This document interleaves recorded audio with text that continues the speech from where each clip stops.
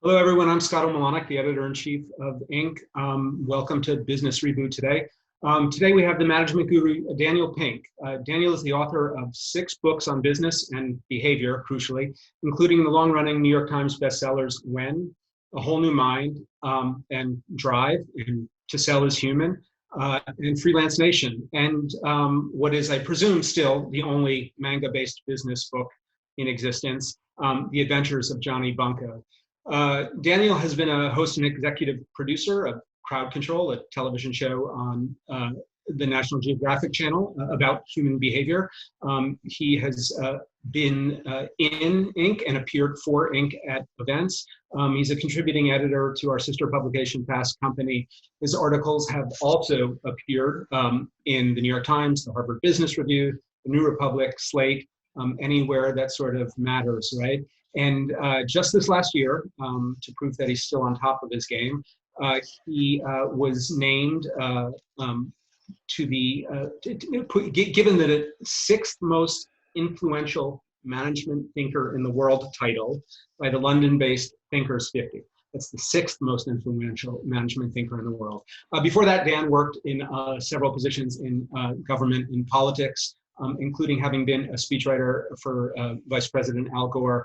Daniel Pink, welcome to Inc.'s Real Talk.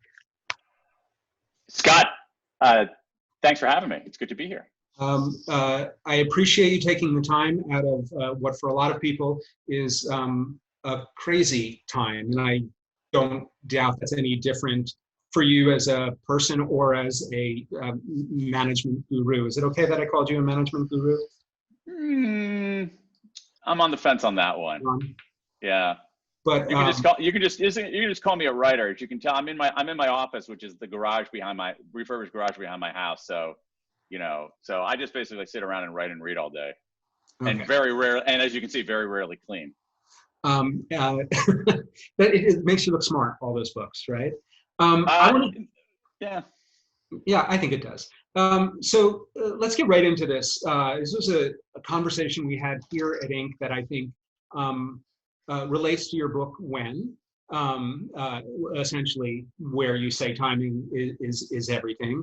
And this came up in discussion around having you here today, and I'm actually going to read it line for line because I think it's important. So speaking of timing, do you believe that all of the current crises taking place, the coronavirus pandemic, racial injustice crisis, the financial crisis that accompanies both really, are they happening at the perfect time for the country to address them? Or is it really, and I'm quoting here, one big shit show for everyone to deal with?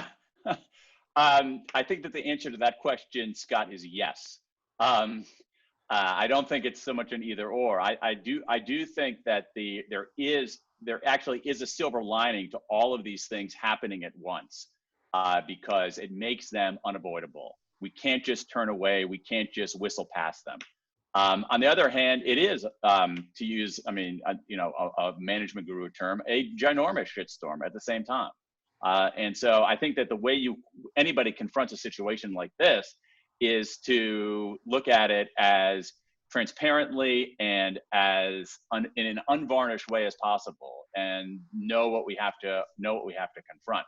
But I do think there is something bracing to the fact that it's all this stuff is happening at the same time, and there's almost no one in the United States of America who can somehow ignore it, who can walk down a street and say this doesn't exist, none of these things exist.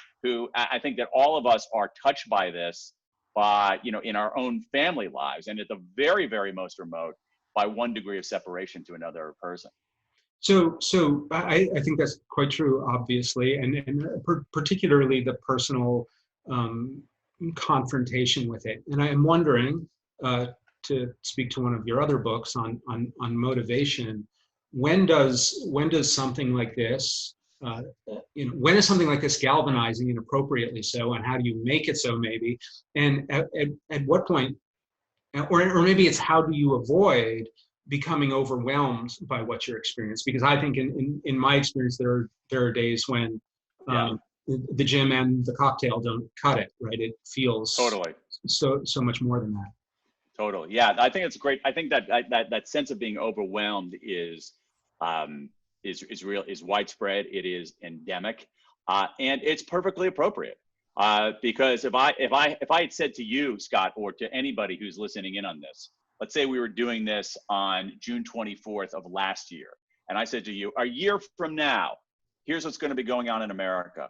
We're going to have a pandemic that's already killed 120,000 people. We're going to be in the worst economic downturn since the Great Depression, and throughout the country, we're going to have just another legacy of racial violence and protests around the country, from big cities to rural areas. Lots of Americans on the streets protesting that. If that were to occur, would you feel at all overwhelmed? Yeah, of course you would. It's perfectly natural. So the question is, what do we do when we're feeling overwhelmed? And I actually think that there are some lessons from behavioral science that we can draw on to respond to that. There's something at the level of kind of just personal satisfaction and getting through the day. But there's also something that I think touches on both leadership and productivity at the work level. So let me go to the work thing first. One of the most important things, and I think one of the most underrated ideas, is the idea of small wins.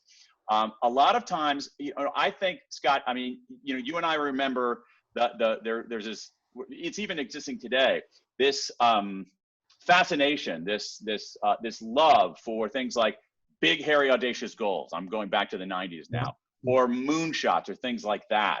And this idea that you have to set these kinds of insane, audacious, transformative things, and that should be what you do.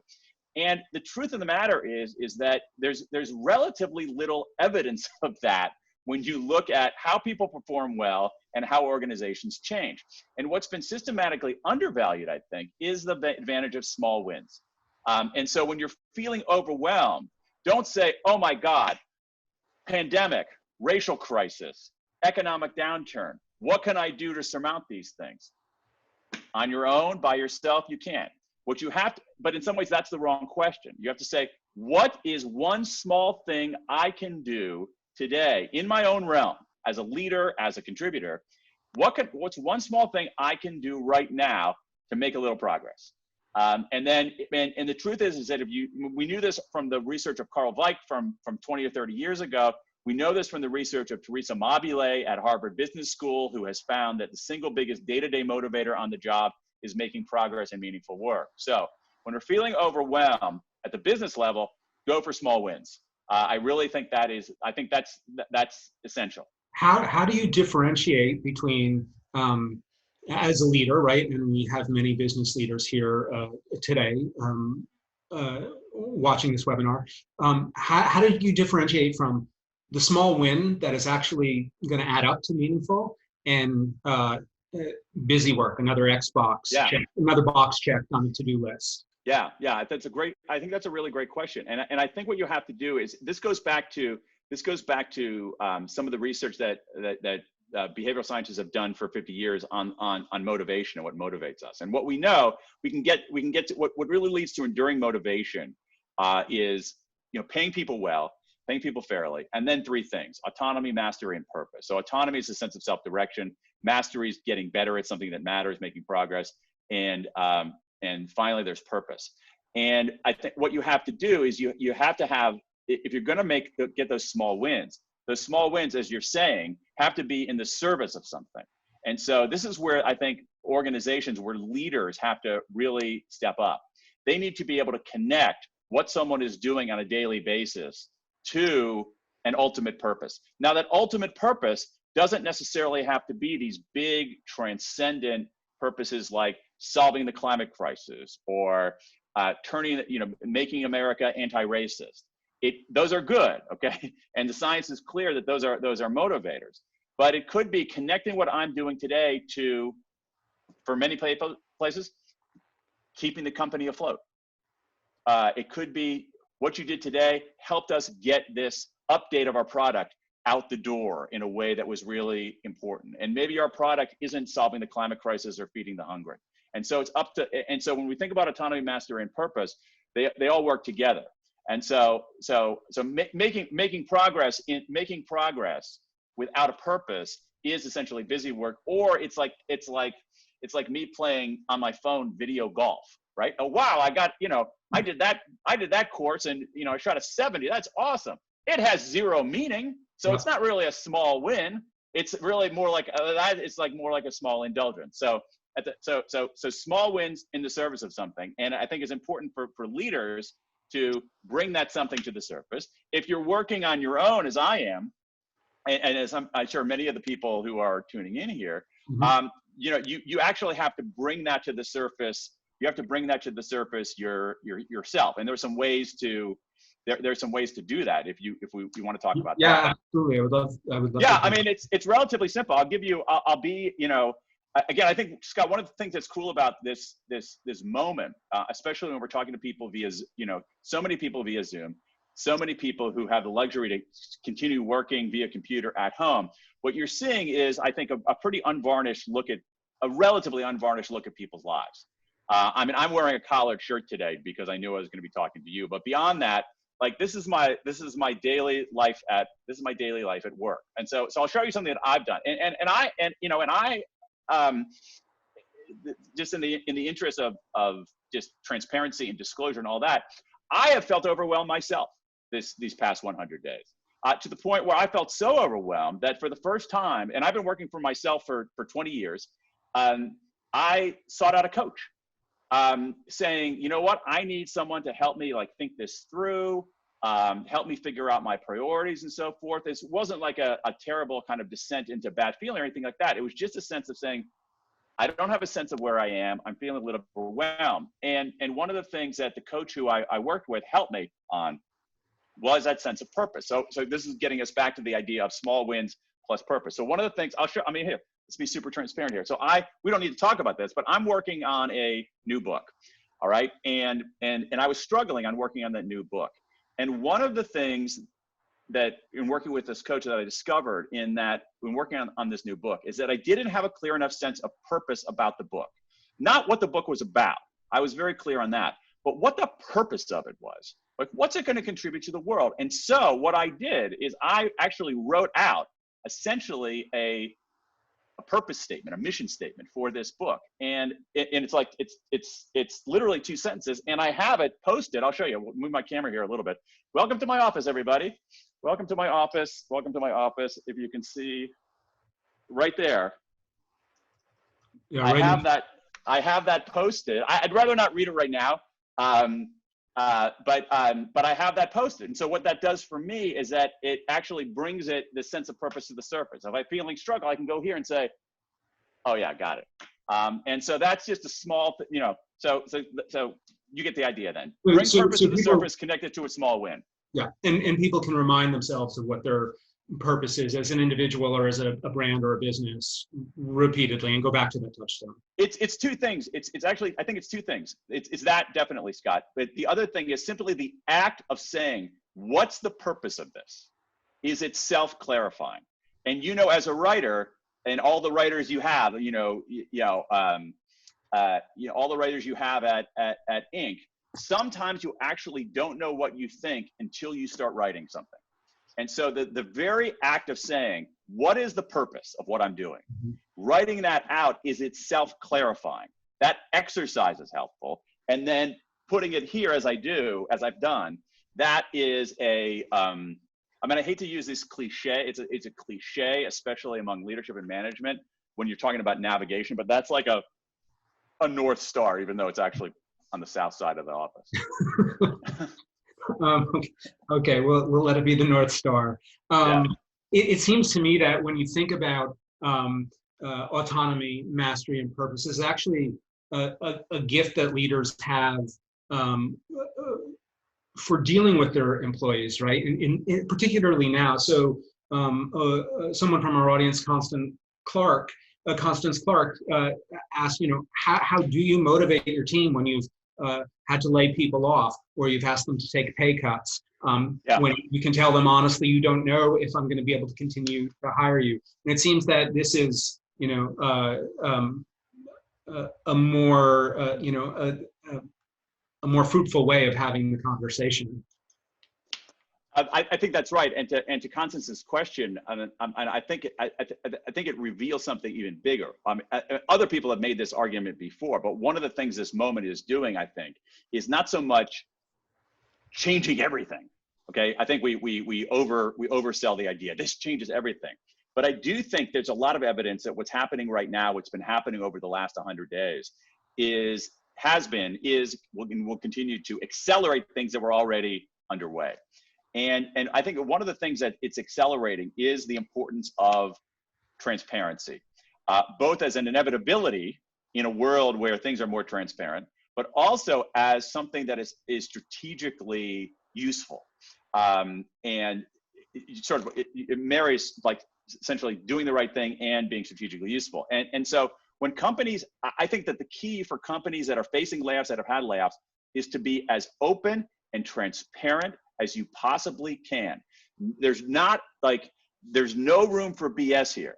And so if you have to lay people off, explain, we have to lay people off. Here's why. I hated doing this. It was miserable. And if you talk to like most business leaders, they hate laying people off. All right. It's not like this. It's not this class warfare thing where these greedy titans, relish kicking people to the street. That's the opposite of that, Scott, especially among Inc. style companies that, many of them where the founder's still around, many of them on a growth trajectory. They hate laying people off. And so what you have to do is you have to say, here's why we're doing it. Here's how we made the decision. We're trying the best we can. And I'm here to answer any kinds of questions you have. I'm going to be as open with you about this process as I possibly can. Now, the advantage of that, I think, is that, first of all, I think it's cathartic for leaders.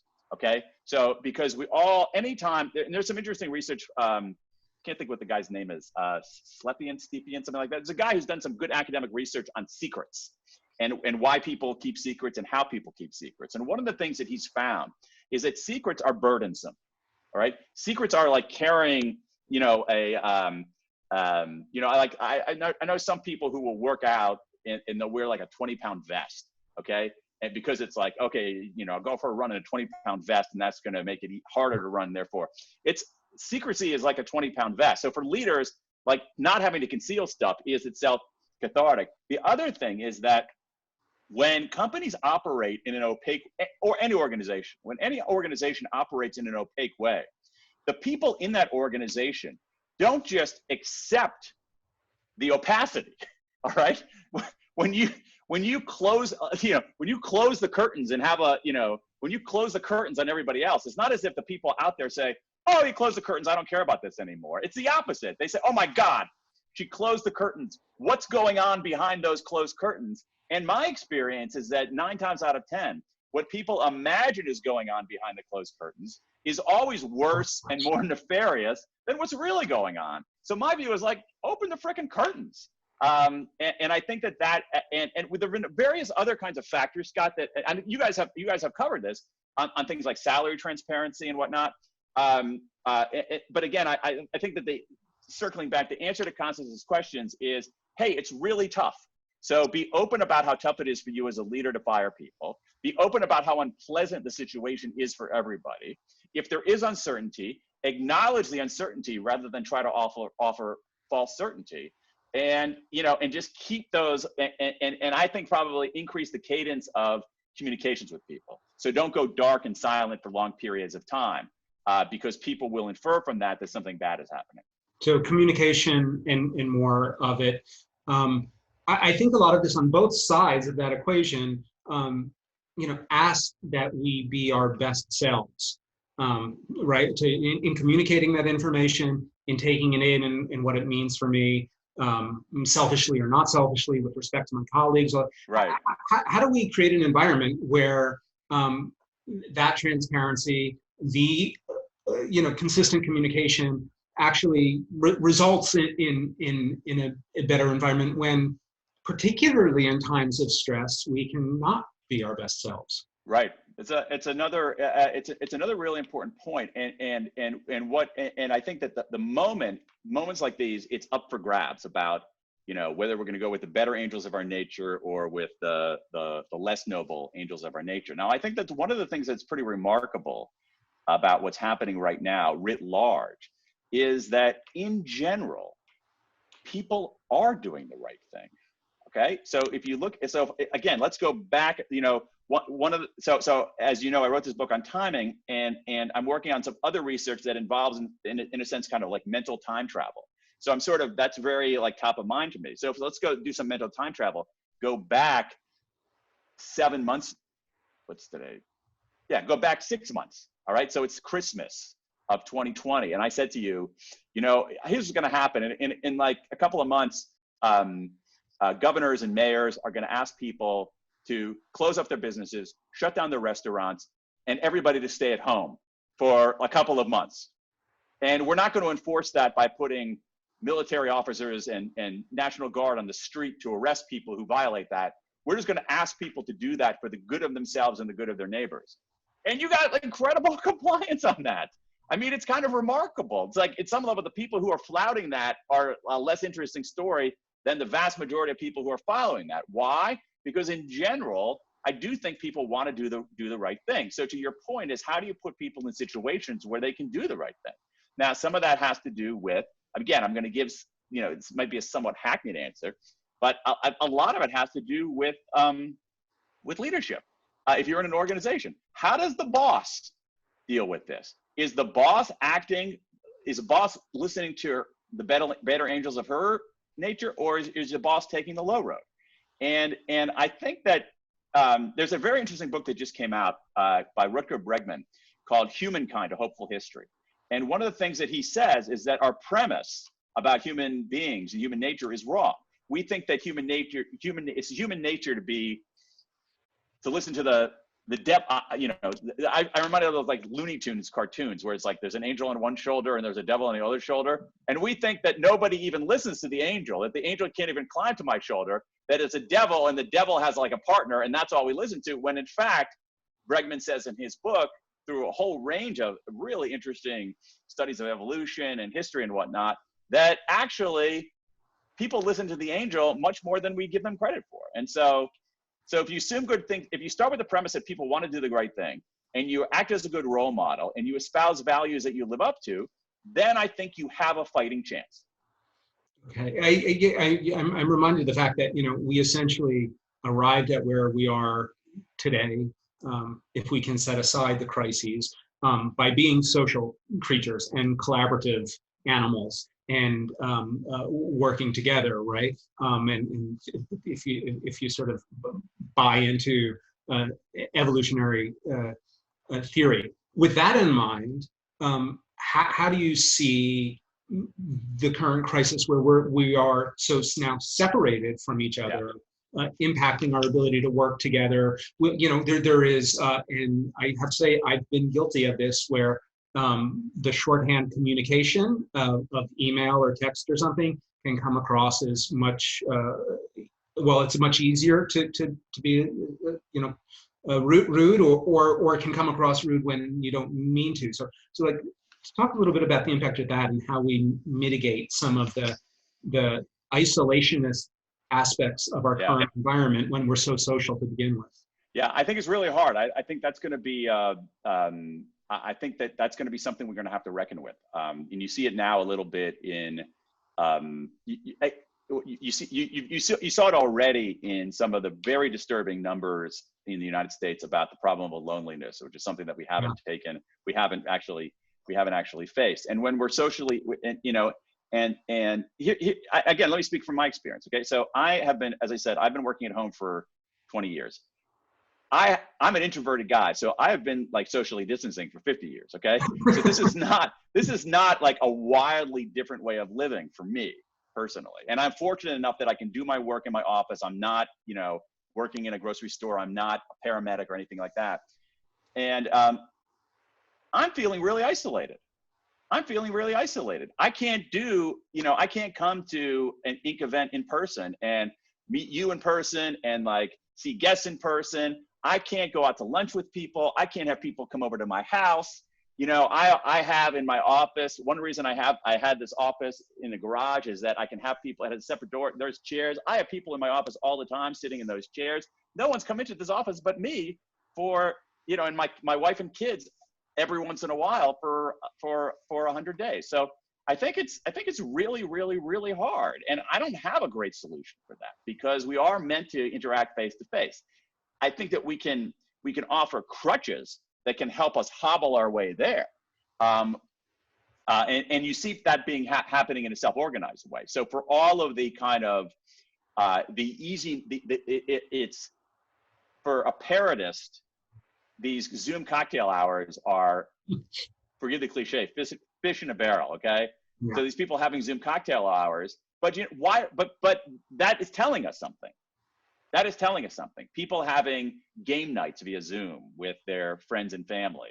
That is telling us something. So I think that some of these efforts to recreate that connection are really, really valuable. Do you find, yeah, go ahead. I was just going to ask, do you find companies that are making decisions about their own future of work right now to be doing it in a premature way, in an accurate way, with enough information at hand? I think it's a tough decision to make because I don't think, I mean, this is, you know, as we know that, you know, running anything with a modest degree of sophistication involves constantly making decisions under uncertainty with imperfect information. And I think that this is, the information right now is really hard. And so the business leaders who I talk to who are trying to make these decisions are just, they're trying to do the right thing. They're trying to make good decisions, but I mean, if I had given you, you know, and I see a lot of, what's interesting, I see a lot of scenario planning. Yeah. I see a lot more of that, Scott, than I actually ever have. It's kind of interesting where you see documents where organizations, businesses are like, okay, here's what we're going to do if this happens. Here's what we're going to do if this happens. And even assigning probabilities to all of those things, which I think is actually a healthy way to do that kind of, a healthy way to do that kind of analysis. But in terms of making these plans, I do think there's going to be a kind of a rethinking of the office, and there's going to be perhaps even greater intentionality to it. I mean, a way to think about it is that for a long time, I'm talking about white collar workers, but work was something you did in an office. And so the default in your life was that, I'm working today, I need to go to the office. Now, many people could overcome the default, okay? Oh my God, my kid is sick, I have to stay home, I'll work from home, okay? Or, oh my gosh, I have a refrigerator being delivered, I have to wait for the delivery person, I'll work at home, I'll overcome the default. And now I'm wondering whether certain kinds of work, the default is gonna be at home, and offices are gonna be designed explicitly for the things that togetherness does best, fostering a sense of belonging, collaboration that requires face-to-face interaction, encounters that aren't emotionally stripped in the way that text messages and email can tend to be. And so what happens in an office is more intentional. So the default is, well, I'm doing heads down work, I do it in my office, but when I have to do something that involving other people, collaborate, when I'm lonely, when I want a greater sense of belonging, I intentionally go to the office for that. And I think some business leaders are thinking that way. It's such a hard decision though, because the ones I talk to, there's so many things. First of all, the carrying costs of those leases are massive, can be massive, especially when no one's there. You have different levels of tolerance for risk among your employees. So you have some people, hey, I'm coming back right now. You have other people who say, I cannot go into an enclosed space indoors with other people until there's a vaccine. There is unfortunately, there is the whole, big concerns about liability. And so it's a really tough situation for people making those decisions. It's interesting when you say 100 days, that seems like such a long time. And yet in the grand scheme of things, it's not to make such fundamental changes. So it'll be interesting. And there's a little echo of, 9/11 in my mind when everything was going to change. And with the exception, at least on the surface to us, the TSA and the military budget, not much on a day-to-day basis has changed. So it's interesting to me. I have a question from the audience is how do you, if you're a member of a team, how do you get a CEO who might not be as aware as you are, or the people you talk to understand that the opportunity to succeed isn't just their own, just the CEO's own, but the entire team's, and the team can actually help you, CEO, get to where you need to be. Yeah, that's a lot of that is driven by the personality and probably the ego needs and narcissistic tendencies of the leader. If someone is, it's that can be a challenge based on the personality of the leader. So I don't want to offer a simple solution to that. I think that one of the things that we know about trying to persuade up, and there's some research on this, as opposed to persuade your peers, or, you know, again, just assuming a hierarchy, persuading down, is that when you persuade up, you got to focus on interests. So one of the best things you can do is, like, okay, you've got this idea for how the team can cohere better, how the team can work together better. What's in it for the CEO or the boss that you're trying to convince? Put it all in, you know, basically let the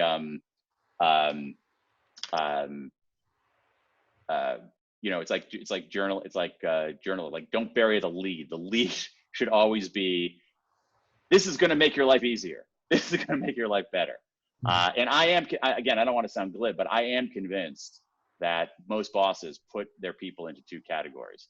The categories that I just mentioned: people who make my life easier, people who make my life harder. And if you go in and say, I got something to make your life harder, and it happens to be this idea you have, that's a better way of, I'm being very tactical here. That's a better way of making your case than going in there and saying, hey, my teams and we're feeling only a meager sense of belonging, and we're not self-actualizing fast enough. I wonder if we did blah, blah, blah, blah, blah. Regardless of intentions. Yeah, exactly. Go in there. That's just a small tactical thing, but it can be helpful. So let's talk about other aspects of timing from when, and even sort of the carrot and stick approach of motivation. Do you see the circumstances we're in now changing any of the fundamentals you've written about before? Maybe. You know, I do think that let's take an aspect of motivation. Let's take autonomy. When you have a team that is disaggregated, at some level, they do have greater autonomy. And so the question becomes, what is going to be the organization's response to that? All right. Are they going to try to nurture that autonomy, or are they going to try in some ways to pull it back? And I think that we have that battle going on right now. The more you read about, yeah, you can work at home, but I'm going to install software that's going to keep a camera on you. I'm going to install software that's going to count your keystrokes. I'm going to actually, you know, and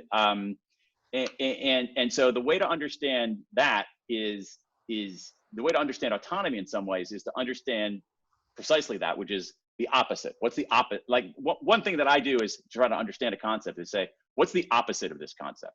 Okay. And so if I look at autonomy, what's the opposite of autonomy? And the opposite of autonomy is control. And human beings have only two reactions to control. We comply or we defy. So if you want compliant people, control the heck out of them. Install that surveillance software, you know, if you want people to be compliant. Or if you want them to be defiant and do things like, oh, you know what? I'm going to turn off my camera. Look, you can't see me now, boss.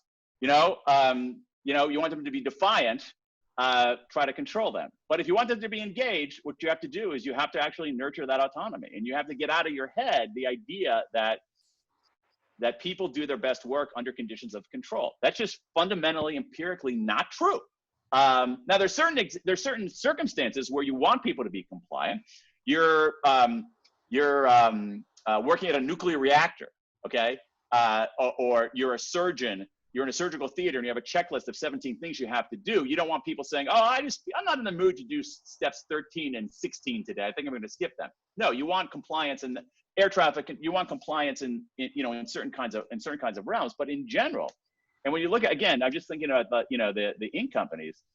The people who are working in those ink companies, they do better under conditions of self-direction, when they have some sovereignty over what they do, how they do it, when they do it, who they do it with. And I think almost every high performer does better work, more work, under conditions where they have a decent amount of self-direction than when they're being controlled. And I think this moment is going to be a test of that. Are we willing to grant people that autonomy for an extended period of time, or are we going to be so freaked out that you can't see everybody that we're going to install stuff on their computer to be the surrogate eye on them forever and ever? And you believe that we'll see companies succeed or fail based on how they outside. I think in the long term that's the case. I think here's the thing, and that's one of the seductions, is that in the short term, that highly controlled thing might be effective, and people might be willing to consent to it or might not even consent. I'm not even sure that's the right word. Might be willing to just deal with it because they need the job. Yeah. I'd like to ask a little bit about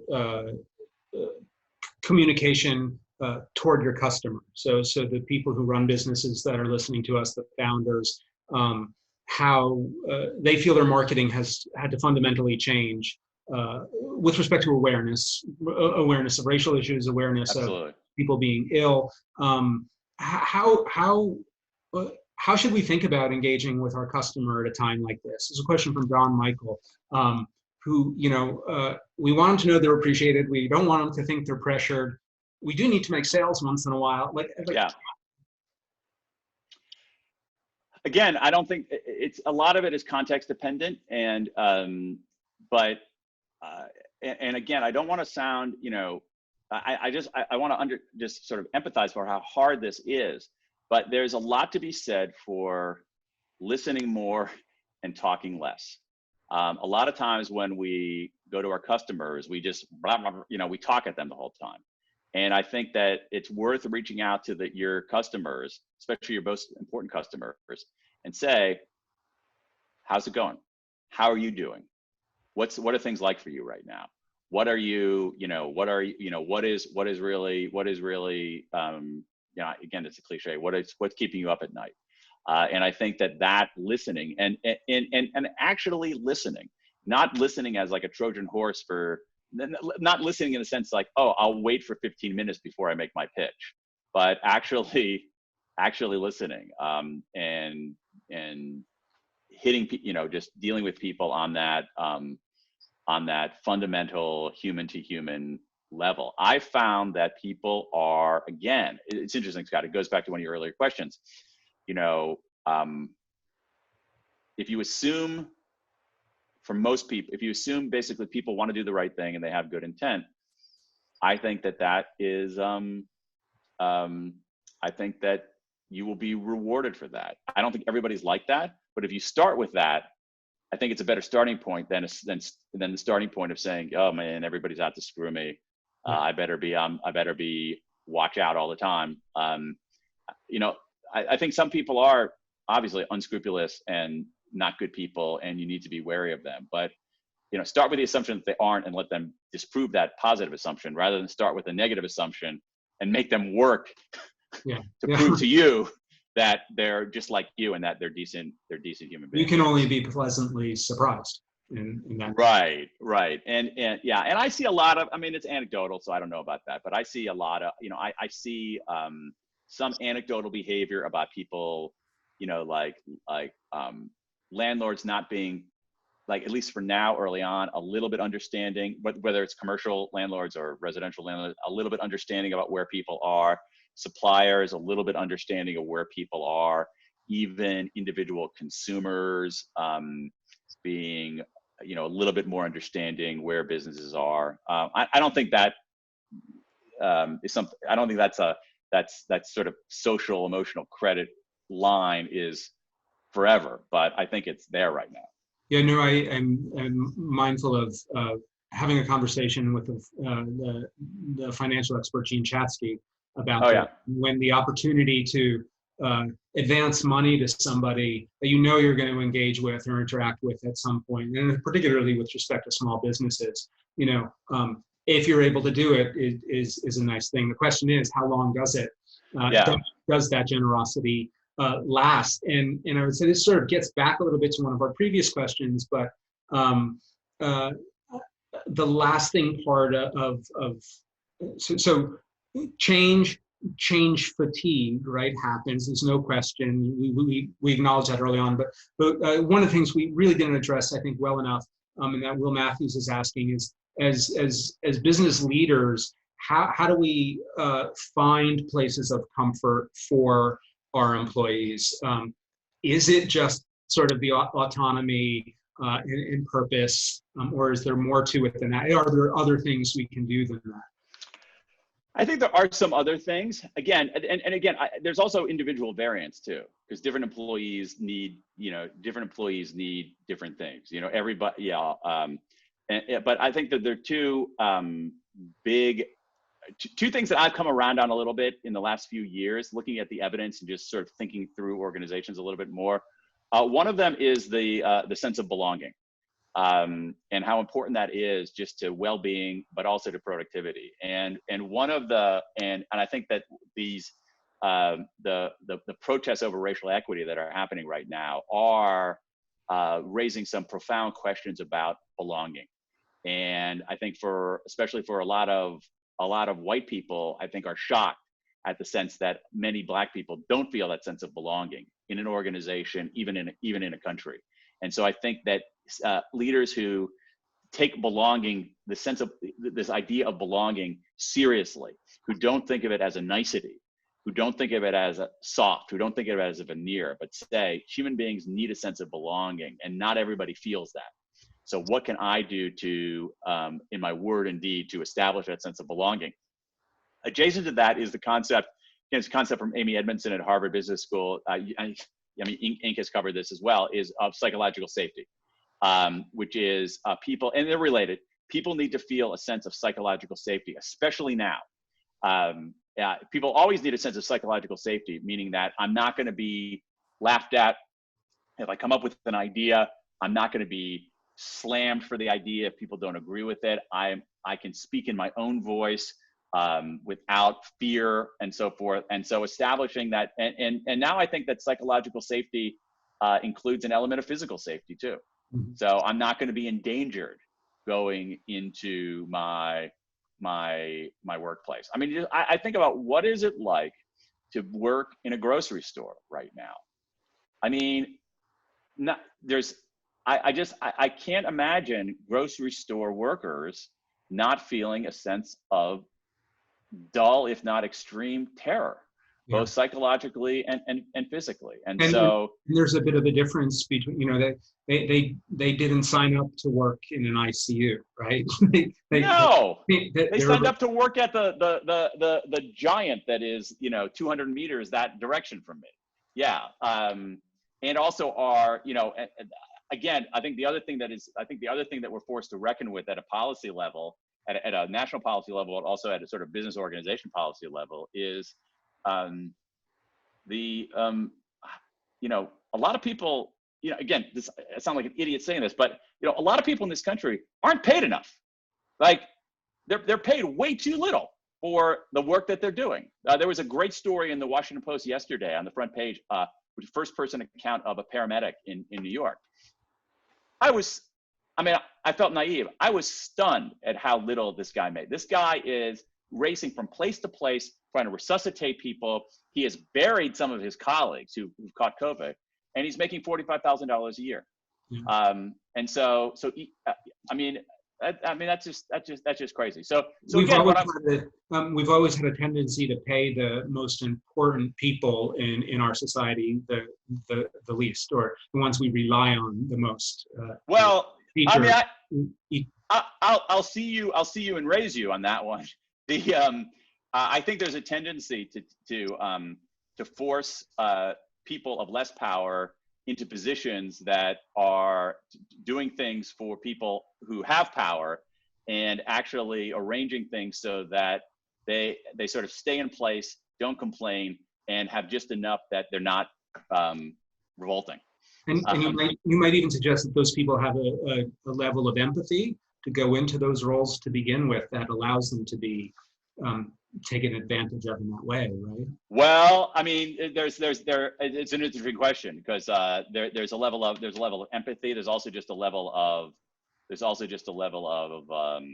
There's also just a level of need, you know. So if, you know, let's say that I was like, someone you all wanted to hire me to be a journalist, and you said, but you know, you need to go work 9 hours a day in a mask under fluorescent lights in an indoor building with lots of people coming in.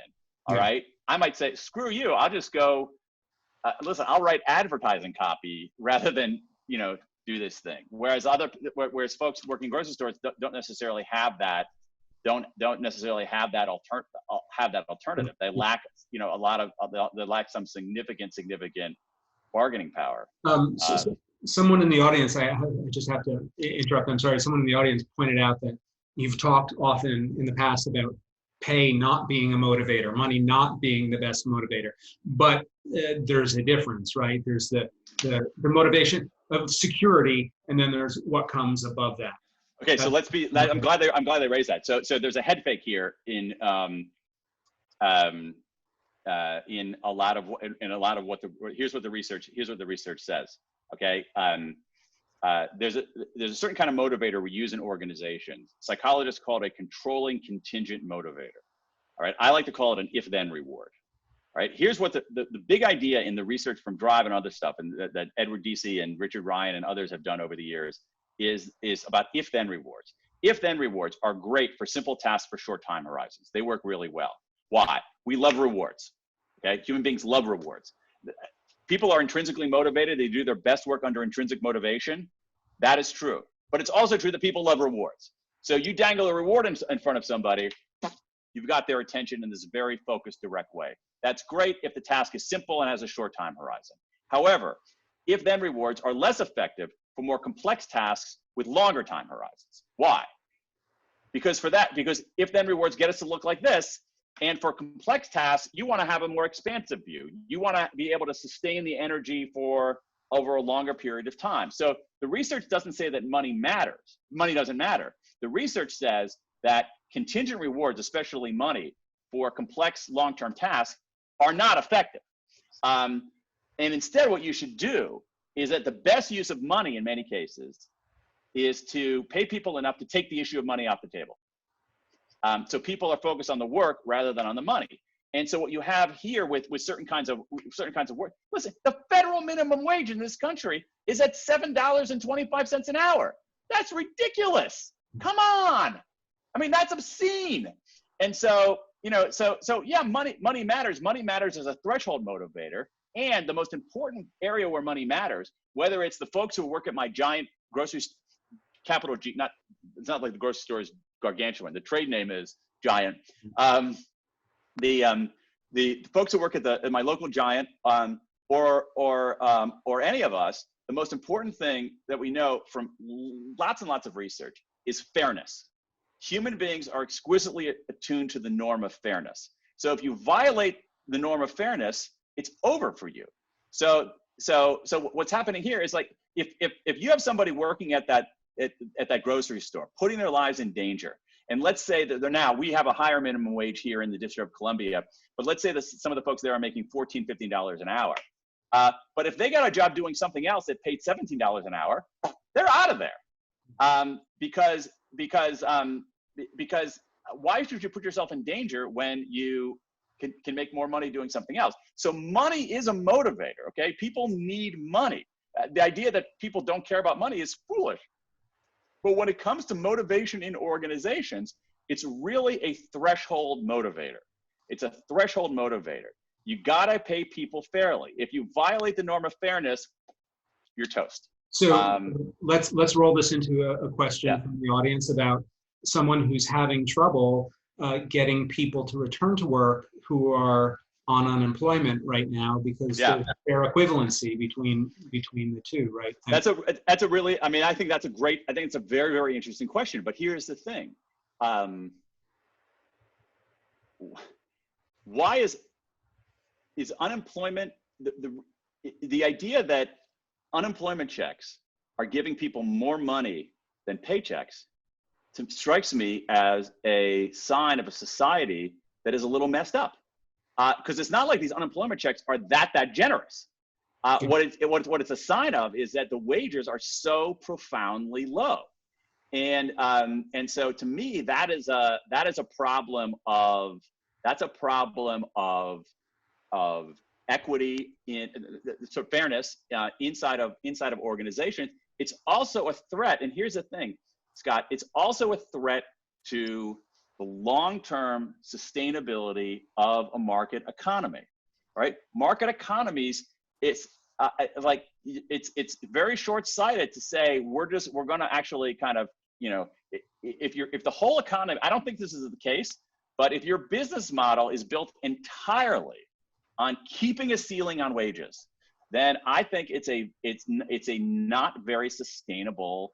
I think it's a not very sustainable model, because at a certain point you have like you have the Langston Hughes raisin in the sun. All right, does it just shrivel or does it explode? All right, but you also have, if you're keeping people, if your business model is built on low wages and you're basically enforcing compliance on people who aren't getting paid very, very well, you're not going to get great work. Yeah. You're going to get people to do the minimum amount they have to do not to get fired. So really, and yeah, a fairly simple roadmap that you've outlined today, right? In terms of fair pay, and every leader who's listening to this now has to think about the equitable distribution of the revenue. Talked about purpose, about allowing people to self-motivate, and autonomy. These aren't things that are hard for us to achieve if we would like to. You're just shaking your head. I think that you're right. I mean, we know, one of the, and this actually, in some ways, Scott, it actually ingeniously circles back to your first question, which is that it's at moments like these where we can set, do we close that knowing doing gap? I mean, we know it's staring us in the face, and this is an opportunity to do something about it. The other thing, Scott, it's so interesting is that, we talk about like our theories of change, and we often forget how exponential it can be. So to me, like I am you look at something like gay marriage. Gay marriage went from being within certain policy circles an unattainable idea to being basically a completely like almost unnotable norm, right? Like thing going on right now. Like I don't hear anybody, like almost nobody is talking about that now, and it happened in a blink. If you look at these, I think something is happening similar with race. I think that there's a tipping point where we're going to reckon with race in a way that we should have for a very long time. If you look at even certain kinds of signifiers, like, my God, the behavior of NASCAR and getting rid of if you had told me, again, mental time travel, 6 months ago, NASCAR is going to ban the Confederate flag, I'd say, what? And now you have NASCAR banning the Confederate flag. So I do think that these kinds of moments give us an opportunity to change all that stuff in very positive ways. It's interesting to think that we might not need to be as despondent as we might feel for real change to happen, thinking about it the way you're articulating it.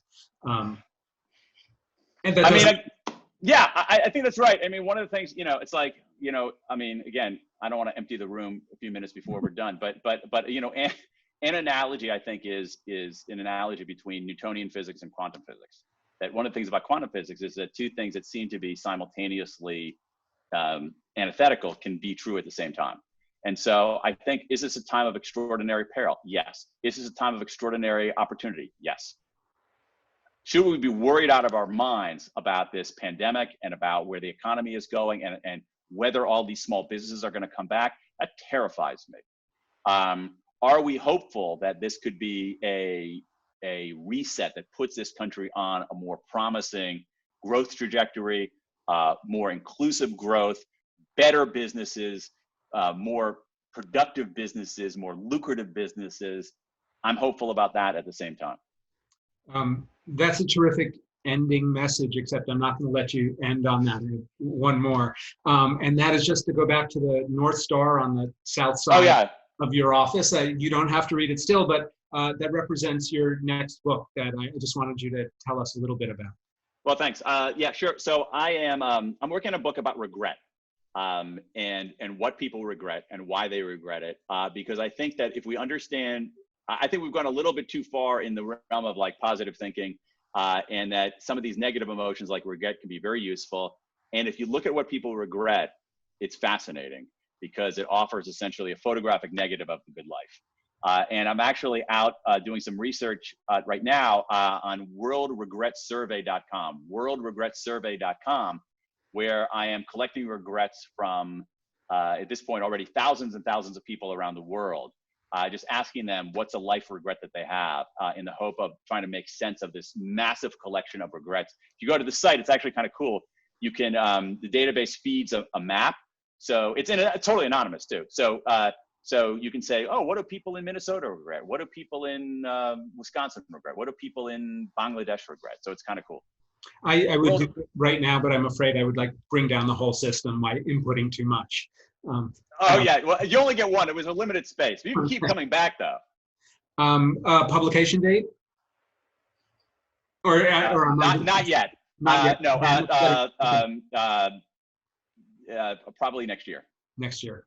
Well, in the meantime, we have 6 prior books, all of which seem still to hold a lot of utility for us in navigating our way forward, even at this most difficult time. Daniel Pink, I'd like to thank you very much for joining Inc. Real Talk today. It's been a pleasure, Scott. Thanks for having me. Our pleasure. Thank you for being here, and thank you for sharing. That's it for us for today. Thank you for joining us. You can actually see the prior hour conversation on Inc.com later today. And I want to tell you that July 9th, we have Alexis Ohanian, the founder of Reddit, the investor, here on Real Talk, who will take your questions on July 9th. In the meantime, thanks very much for joining us.